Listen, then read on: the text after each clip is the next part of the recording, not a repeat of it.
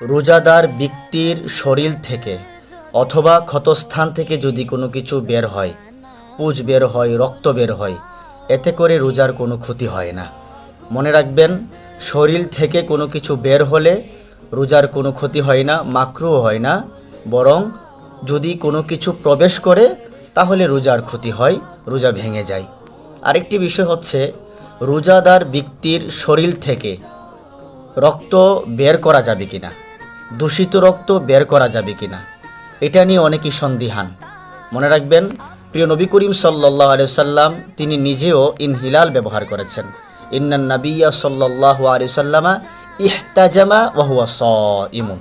আমার প্রিয় নবী করিম সাল্লাল্লাহু আলাইহি সাল্লাম রোজা অবস্থায় ইনহিলাল ব্যবহার করেছেন। অতএব রোজাদার ব্যক্তির শরীর থেকে কোনো কিছু বের হলে রোজা ভাঙবে না এবং দূষিত রক্ত বের করা যাবে, আর যদি কোনো কিছু প্রবেশ করে তাহলে রোজা ভেঙে যাবে।